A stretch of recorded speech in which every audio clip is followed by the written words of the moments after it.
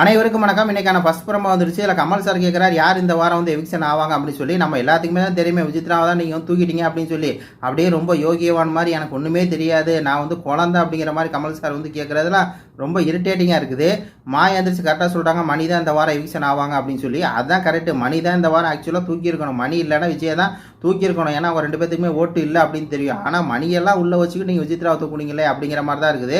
அர்ச்சனா எந்திரிச்சு மணியை தினேஷை வந்து சொல்கிறாங்க. அதுவும் கரெக்டாக தான் இருக்குது. ஓரளவுக்கு வந்து பார்த்தீங்கன்னா விசித்ராவை சொல்லாமல் இந்த அர்ச்சனா இருந்துச்சு அப்படிங்கிற மாதிரி தான் இருக்குது இந்த பிரச்சனை. அப்பா கொஞ்சம் தப்பிச்சோம் அப்படிங்கிற மாதிரி இருந்துச்சு. அதுக்கப்புறம் இந்த பைத்தியம் ஒன்று இருக்குல்ல, பைத்தியம் மாதிரியே சுற்றிட்டு இருக்கும்ல, அது விஷ்ணு எந்திரிச்சு இந்த மாதிரி விசித்ராமா நீங்கள் போக வேணா இருங்க அப்படிங்குது. உடனே கமல் சார் நீங்கள் சொல்கிறத வச்சு தான் அவங்க இருக்காங்களா போகிறாங்களா அப்படிங்கிற மாதிரி அவர் ஒரு கலாய்ச்சி விட்டார். ஒரு கேவலமான விஷ்ணு பைத்தியம்.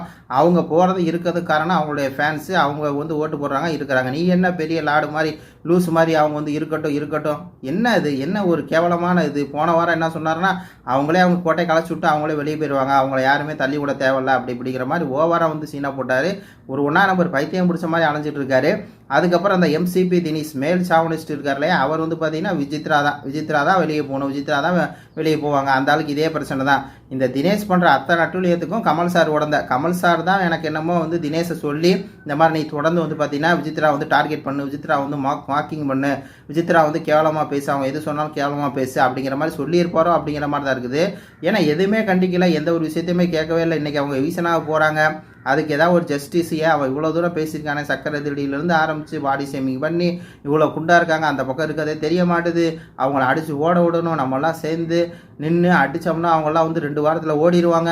அவ்வளோ தூரம் பார்த்தீங்கன்னா அவன் வந்து பேசியிருக்காங்க. ஒரு வார்த்தை கமல் கேட்டாரா, இன்றைக்கி வந்துட்டு அப்படியே ரொம்ப யோகியமான மாதிரி கோடு சுட்டு போட்டு வந்து நிற்கிறாரே அப்படிங்கிற மாதிரி தான் இருக்குது. இந்த ப்ரோமோ பற்றி உங்கள் கருத்துக்களை சொல்லுங்கள். எது எப்படி போனால் சரி, விசித்ராவை அதாவது அர்ச்சனாவும் ஆகக்கூடாது டைட்டில், அதே மாதிரி தினேஷ் ஆகக்கூடாது. இது பற்றி உங்கள் கருத்துக்களை சொல்லுங்கள். நன்றி, வணக்கம்.